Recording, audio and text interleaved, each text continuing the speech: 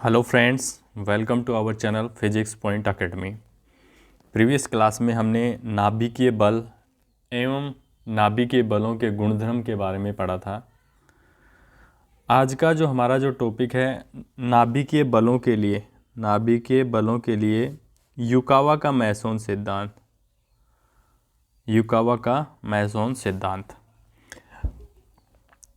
अब देखो, युकावा को जो मैसोन सिद्धांत है वो ये बताता है कि दो न्यूक्लियॉन्स के बीच में बल कैसे लगता है, वो किन के कारण लगता है।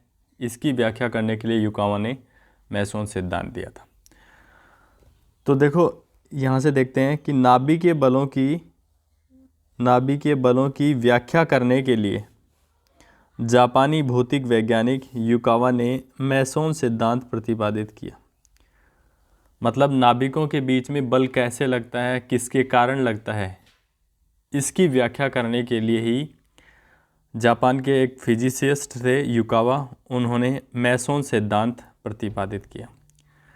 अब मैसोन सिद्धांत में उसने ऐसा क्या कहा उसको देखते हैं। इस सिद्धांत के अनुसार प्रत्येक न्यूक्लियॉन जो है वो सतत रूप से पायोन्स, ये पायोन्स है, ये यहाँ पे लिखा हुआ है, ये है। इस सिद्धांत के अनुसार प्रत्येक न्यूक्लियॉन सतत रूप से पायोन्स, या इसको पाई मेसोन भी बोल सकते हैं, पायोन्स को पाई मेसोन भी बोल सकते हैं। आगे पार्टिकल फिजिक्स जब आएगी तब हम इन पार्टिकल्स के बारे में सब कुछ पढ़ेंगे। तो इस सिद्धांत के अनुसार प्रत्येक न्यूक्लियॉन सतत रूप से पायोन्स या पाई मेसोन कणों को क्या करता है, उत्सर्जन व अवशोषण करता है। ये कह रहा है कि जितने भी न्यूक्लियॉन हैं, न्यूक्लियॉन मतलब न्यूट्रॉन और प्रोटॉन है, वो क्या करते हैं, सतत रूप से क्या करेंगे, पायोन्स का उत्सर्जन करेंगे। जैसे एक उत्सर्जन करेगा दूसरा अवशोषण करेगा, ये दूसरा उत्सर्जन करेगा तो पहला अवशोषण करेगा। तो इस हिसाब से जो जितने भी न्यूक्लियॉन्स हैं नाभिक के अंदर, वो क्या करते हैं, सतत रूप से पायोन्स का उत्सर्जन और अवशोषण करते हैं। ये बात आपको ध्यान रखनी है। अब किस हिसाब से उत्सर्जन व अवशोषण करते हैं ये भी हम देखेंगे। एक बार देख लेते हैं कि पायोन्स कितने प्रकार के होते हैं। पायोन्स जो होते हैं वो 3 प्रकार के होते हैं। अब 3 प्रकार के कौन कौन से होते हैं, एक पाई प्लस पायोन्स, एक पाई ज़ीरो पायोन्स या पाई माइनस पायोन्स। इसको बोलते हैं पाई प्लस मेसोन भी बोल सकते हैं, पाई ज़ीरो मेसोन भी बोल सकते हैं, पाई माइनस मेसोन्स भी बोल सकते हैं। देखो, शुरुआत में इनको पाई मेसोन ही बोला जाता था, लेकिन बाद में इसका जो नाम है वो मॉडिफाई करके पायोन्स कर दिया गया।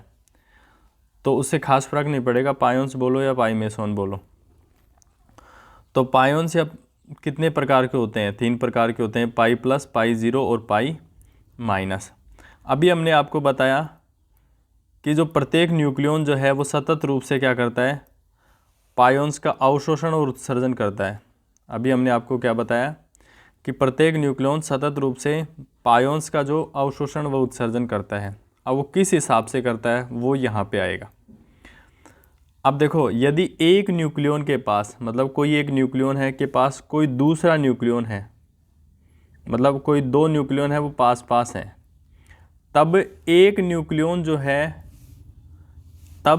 न्यूक्लियॉन से उत्सर्जित जो पायोन है वो दूसरे न्यूक्लियॉन द्वारा क्या होते हैं, द्वारा अवशोषित कर लिया जाता है।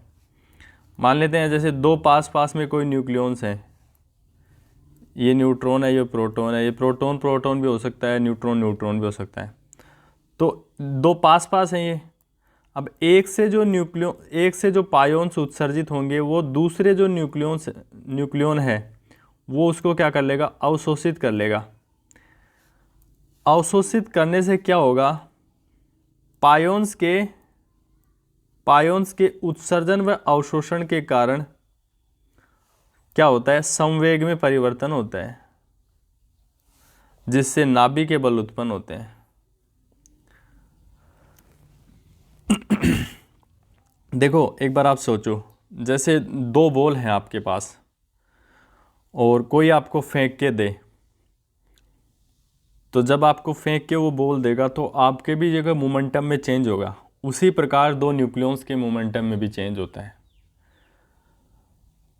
तो उसकी जो पिक्चर है वो अभी हम थोड़ी देर में आपको शो करेंगे, किस हिसाब से मोमेंटम में परिवर्तन होता है दो न्यूक्लियॉन्स के आपस में एक्सचेंज से। तो संवेग में परिवर्तन होने से क्या होता है, न्यूटन गति का द्वितीय नियम आपने समीकरण आपने पढ़ा, द्वितीय नियम आपने पढ़ा होगा, F बराबर होता है dp/dt। तो संवेग में परिवर्तन की दर ही तो बल के बराबर होती है। तो संवेग में परिवर्तन उत्पन्न होगा जिससे क्या होगा, नाभिकीय बल उत्पन्न होंगे। अब देखो हमने ये तो बता दिया कि दो पायोन्स के बीच में पाई मेसोन के एक्सचेंज से उनके बीच में संवेग उत्पन्न होता है जिससे नाभिकीय बल उत्पन्न होता है। लेकिन जो पाई मेसोन है उसका विनिमय किस प्रकार से होता है उसको हम देखते हैं। पाई मेसोन का जो विनिमय है वो किस प्रकार से होता है वो देखते हैं। सबसे पहले देखो एक लिखा है यहाँ पे, एक प्रोटॉन है, प्रोटॉन पे चार्ज +1 होता है और पाई मेसोन पे भी +1 ही होता है। अब अगर ये कोई प्रोटॉन है वो पाई मेसोन का उत्सर्जन कर दे तो इस पे चार्ज 0 हो जाएगा और न्यूट्रॉन पे भी चार्ज 0 होता है। तो पाई मेसोन के उत्सर्जन से जो प्रोटॉन जो है वो किस में चेंज हो जाएगा, न्यूट्रॉन में चेंज हो जाएगा। दूसरी बात, मास तो सेम ही होता है, उससे फ़र्क थोड़ी ना पड़ता है, बस चार्ज का ही फ़र्क पड़ रहा है। तो पाई मेसोन का उत्सर्जन करते ही जो प्रोटॉन है वो न्यूट्रॉन में बदल जाएगा। तो देखो यहाँ पे लिखा हुआ है कि एक प्रोटॉन पाई प्लस का उत्सर्जन कर किस में, न्यूट्रॉन में परिवर्तित हो जाता है।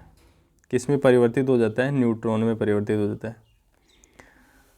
तो आप जैसे एक प्रोटॉन है, अब उसको न्यूट्रॉन में कैसे लिखोगे, न्यूट्रॉन प्लस पाई मेसोन।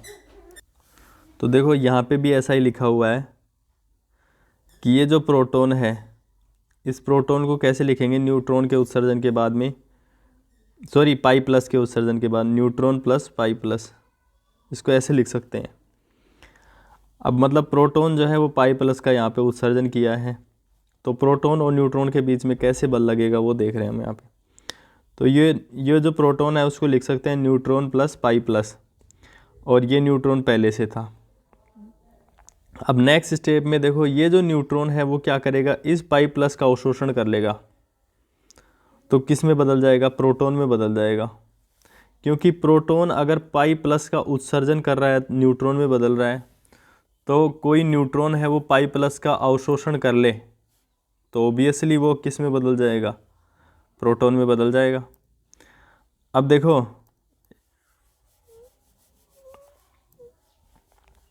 अब ये जो पाई प्लस है का जो उत्सर्जन है, अवशोषण है, ये न्यूट्रॉन कर लेगा।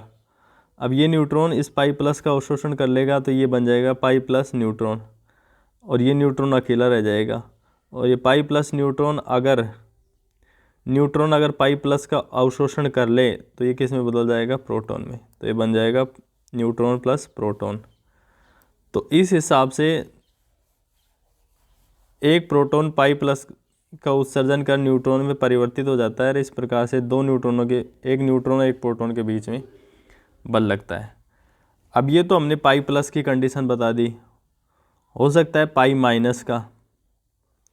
अब पाई माइनस का क्या होगा, देखो एक न्यूट्रॉन जो है वो पाई माइनस का उत्सर्जन करता है, उत्सर्जन करके क्या हो जाता है, प्रोटॉन में बदल जाता है। अब देखो एक न्यूट्रॉन ये है, तो ये जो न्यूट्रॉन है जो पाई माइनस का उत्सर्जन करेगा तो किस में बदलेगा, प्रोटॉन में। तो इस न्यूट्रॉन को पाई माइनस के उत्सर्जन के बाद में कैसे शो कर सकते हैं, प्रोटॉन प्लस पाई माइनस। मतलब पाई माइनस तो इससे निकल गया, निकलते ही क्या बन गया, प्रोटॉन बन गया। तो प्रोटॉन प्लस पाई माइनस, और ये प्रोटॉन ऐसे कैसे। अब देखो ये जो प्रोटॉन है ये क्या करेगा, इस पाई माइनस का क्या करेगा, अवशोषण करेगा। जब ये इसका अवशोषण करेंगे तो एक बार तो साथ लिख लेते हैं इनको, ये प्रोटॉन अकेला रह जाएगा इधर वाला, और ये पाई माइनस को इसके साथ लिख लेते हैं। अब ये जो प्रोटॉन है ये पाई माइनस का अवशोषण करते ही किस में बदल जाएगा, न्यूट्रॉन में बदल जाएगा। तो प्रोटॉन प्लस न्यूट्रॉन। और इसके बाद में थर्ड जो है उदासीन पायोन्स, जिसको पाई जीरो के विनिमय से भी नाभिकीय बल उत्पन्न हो सकते हैं। अब देखो यहाँ पे पाई जीरो जो है ना, इसका अवशोषण उत्सर्जन होता है, लेकिन इससे फर्क नहीं पड़ता कि प्रोटॉन प्रोटॉन ही रहेगा, न्यूट्रॉन न्यूट्रॉन रहेगा। सॉरी, यहाँ पे थोड़ा सा मिस प्रिंट है, पाई जीरो इसको भी लिख लेते हैं, यहाँ पे भी पाई जीरो लिख लेते हैं, यहाँ पे भी पाई जीरो लिख लेते हैं। अब देखो, एक जो प्रोटॉन है वो पाई जीरो का उत्सर्जन करके पाई जीरो ही रहता है, पहली बात। एक न्यूट्रॉन जो है वो पाई जीरो का उत्सर्जन करके भी पाई जीरो ही रहता है। तो क्योंकि चार्ज का ही अंतर है दोनों प्रोटॉन और न्यूट्रॉन में, तो चार्ज तो यहाँ पे ज़ीरो है, तो उसमें फ़र्क नहीं पड़ेगा। तो प्रोटॉन प्लस पाई जीरो ऐसे लिख सकते हैं, और ये प्रोटॉन ऐसे कैसे। अब ये जो प्रोटॉन है इस पाई जीरो का क्या करेगा, अवशोषण करेगा। तो एक बार इनको साथ में लिख लेते हैं। फिर पाई जीरो है तो प्रोटॉन का प्रोटॉन ही रहेगा। जैसे न्यूट्रॉन है वो पाई जीरो का उत्सर्जन करेगा, तो लिखेंगे न्यूट्रॉन प्लस पाई जीरो। अब ये दूसरा जो न्यूट्रॉन है ये पाई जीरो का अवशोषण करेगा, तो न्यूट्रॉन प्लस पाई जीरो एक बार तो साथ लिख देते हैं। और इनका अवशोषण करने के बाद में देखो न्यूट्रॉन न्यूट्रॉन ही रहता है, उसमें फ़र्क नहीं पड़ता है।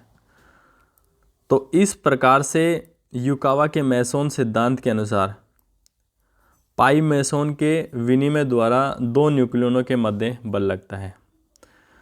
तो उम्मीद करता हूँ आपको बहुत अच्छे से समझ में आया होगा। और अभी तक आपने हमारे चैनल को सब्सक्राइब नहीं किया है तो प्लीज़ सब्सक्राइब करें और अपने फ्रेंड्स को भी बताएं, ताकि अधिक से अधिक लोगों को फ्री ऑफ कॉस्ट, मतलब मुफ्त में, मतलब या फ्री में, मतलब बेनिफिट मिल सके। तो मिलते हैं नेक्स्ट क्लास में, तब तक के लिए नमस्कार।